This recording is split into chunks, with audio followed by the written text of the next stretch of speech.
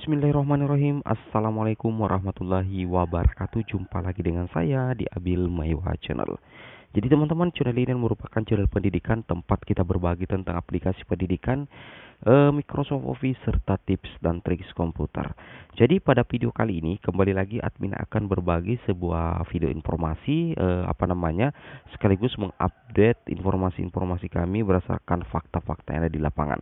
Di sini judul video kami ini lebih spesifik lagi teman-teman ya, berdasarkan sisa formasi fakta besaran peluang lolos guru honorer di seleksi P3K guru tahap yang kedua. Jadi di sini kita berbicara fakta itu berdasarkan sisa formasi yang akan diperebutkan oleh teman-teman guru honorer di seleksi P3K guru tahap yang kedua. Seberapa besar peluang teman-teman guru honorer lulus? Teman-teman, kita langsung saja ke videonya. Jadi di sini teman-teman, sebelum kita lanjut, kita ingin melihat fakta terlebih dahulu ya. Ini fakta di tahap pertama teman-teman ya. Ini fakta di tahap yang pertama. Di sini ambil contoh ya. Ini keadaan di tahap pertama yang otomatis ini keadaan pasti akan terbawa di tahap yang kedua. Ini di salah satu sekolah dasar ya. Formasi yang disediakan ini cuma satu. Ini di tahap pertama ya. Cuma satu di tahap pertama. Nah, di tahap pertama ini pelamarnya cuma dua teman-teman ya. Pelamarnya cuma dua. Namun kedua pelamar ini tidak ada yang lulus di tahap yang pertama. Nah, untuk memperebutkan satu formasi, secara otomatis nanti di tahap kedua, anggaplah ini di SD1. Di SD1 ini, karena di tahap pertama ini kedua pesertanya ini XTL semua alias tidak ada yang lulus dan mereka adalah guru induk, maka nantinya di tahap kedua formasi yang tersisa ini masih ada satu, itu kembali bisa dipilih kembali oleh kedua guru honorer ini. Namun dengan catatan akan bisa juga diisi oleh rekan-rekan guru honorer dari sekolah lain ya, untuk memperebutkan satu formasi ini. Jadi di sini kita bisa melihat ya faktanya bahwa satu formasi bisa dikeroyok oleh banyak orang atau banyak guru seperti itu ya. Dan teman-teman bisa menilai sendiri seberapa besar peluangnya ya. Ya, seperti itu. Nah, di sini juga teman-teman ya, kita bisa lihat. Nah, ini lagi di tahap pertama itu formasi disediakan itu kan 3 ya. Kemudian pelamarnya itu XP1L, kemudian XP1L dan X tidak lulus. Jadi ada 3 guru honorer ya di tahap pertama. Ada 3 guru honorer dan 3 formasi, sedangkan yang lulus itu adalah 2. Jadi formasi tersisa ini kan sisa 1 teman-teman ya. Nantinya di tahap kedua formasi yang akan diperebutkan bukan lagi 3 di sekolah ini, tetapi diperebutkan ini cuma 1. Kenapa bisa 1? Karena di tahap pertama 2 guru honorernya ini sudah dinyatakan lolos, sedangkan 1 guru honorer belum dinyatakan lolos. Berarti 1 guru ini akan kembali memilih formasi di tahap kedua. Tapi tentunya bukan ini saja yang guru induknya, guru dari sekolah lain lulusan PPG, guru swasta bisa masuk untuk memilih atau memperebutkan 1 formasi sisa di sekolah ini. Jadi coba bayangkan ya, 1 formasi diserbu banyak orang. 1 formasi diserbu dari beberapa kategori guru honorer, luar biasa. Ditambah lagi dengan lulusan PPG. Ini harus kita pahami, ini adalah fakta yang ada di lapangan teman-teman ya, yang akan terjadi. Dan ini sudah sering dipikirkan oleh rekan-rekan guru honorer sekalian ya. Seperti itu. Kemudian kita lanjut lagi, masih ini.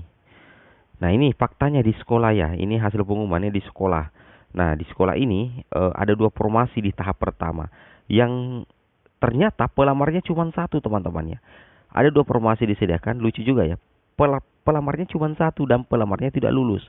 Nah, nantinya di tahap kedua formasi di sekolah ini utuh 2. Nah, ini akan diserbu oleh banyak peserta pasti. Kenapa? Karena rata-rata kebanyakan formasi di tahap kedua itu kemungkinan itu kebanyakan cuma 1. Nah, akan jarang sekolah yang menyediakan 2 formasi lagi karena sudah diisi oleh sebagian guru honorer. Kalaupun nantinya ada formasi yang ternyata masih utuh di bawah dari tahap pertama karena tidak ada yang lulus di tahap pertama, itu kemungkinan besar ya, menurut prediksi admin pribadi, itu kemungkinan besar itu formasinya nanti diserbu teman-teman ya, diserbu oleh banyak peserta. Karena para peserta itu banyak yang mengatakan lebih memilih teman-teman, lebih memilih yang jumlah formasinya lebih besar. Pasti apalagi kalau 2 atau 3 formasi dalam satu sekolah, ya tunggu. Itu pasti diserbu ya di tahap kedua, karena tidak bisa dipungkiri bahwa jumlah formasi di tahap kedua itu lebih sedikit ketimbang jumlah formasi di tahap pertama, kecuali pemerintah mengeluarkan kebijakan menambah formasi seperti itu ya. Oke.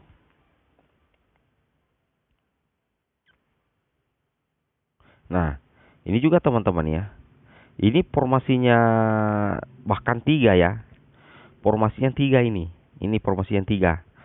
Nah, kita coba cek ini di tahap pertama. Ini fakta di tahap pertama yang kemungkinan ini akan terbawa juga nantinya di tahap kedua, teman-teman ya. Seperti ini.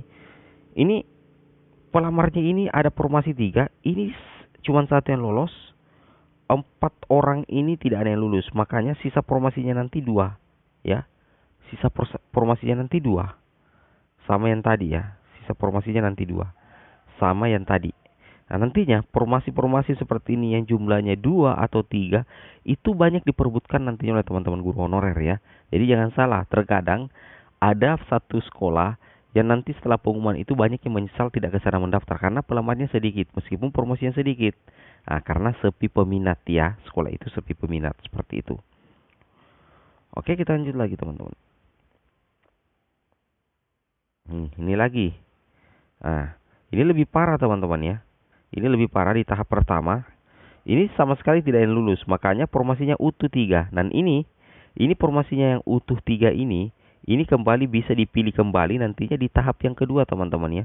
Bisa dipilih oleh banyak guru honorer yang linear ijazahnya dengan formasi yang disediakan di sekolah ini. Bayangkan ini 3. Saya jamin ketiga formasi ini akan diserbu oleh banyak guru honorer. Karena berpikiran bahwa 3 itu banyak untuk kita masuki ya, minimal ya para guru honorer yang punya serdik pasti kebanyakan akan memilih yang formasinya lebih dari 1 karena yang punya serdik juga takut untuk bertabrakan dengan sesama pemilik serdik. Itu yang harus teman-teman guru non afirmasi pikirkan ya. Jangan karena hanya persoalan formasinya 3 atau 4 teman-teman tidak mengesampingkan sekolah yang formasinya cuma 1. Karena kenapa? Guru honorer berserdik itu teman-teman ya, kebanyakan menghindari antara guru honorer berserdik. Maka pemikiran mereka, jika mereka hanya memilih yang di formasi 1, maka kemungkinan besar untuk bertemu langsung dengan guru berserdik lainnya itu besar. Karena hanya memperebutkan satu formasi. Beda jika kita memperebutkan teman-temannya 3 formasi atau 4 formasi, itu jauh lebih mudah lagi teman-teman ya, karena kita tidak akan bisa kita kemungkinan bisa bertarung tidak secara langsung dengan guru berserdik itu terbuka lebar ya bagi sesama serdik. Nah, seperti itu ya. Oke. Sekarang kita lanjut lagi ke materi berikutnya. Nah, di sini teman-teman pahami bahwasanya kondisi tahap kedua P3K guru. Di sini kita bisa lihat ya, untuk kondisi tahap kedua P3K guru, yang pertama, jumlah formasi yang diperebutkan itu semakin sedikit. Ya, ini faktanya.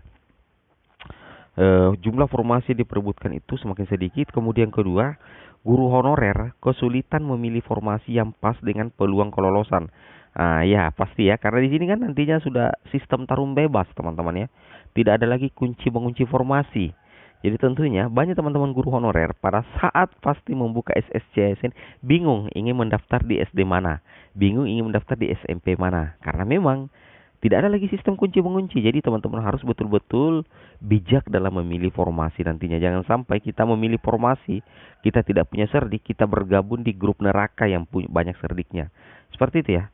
Nah, di sini sedikit tips dari admin, jangan melihat banyak formasi, tetapi perhatikan sepi peminat. Saya ulangi, sedikit tips. Jangan memilih banyak formasi ya. Jangan memilih banyak formasi, tetapi perhatikan sepi peminat. Kemungkinan besar sepi peminat jika formasinya hanya 1. Nah, ini kata kunci yang admin berikan ya. Nah, jadi kemungkinan besar sepi peminat itu terjadi jika formasinya hanya 1 ya. Nah, beda kalau 3 formasi, 2 formasi, 4 formasi itu pasti diserbu teman-teman ya. Itu pasti diserbu. Oke.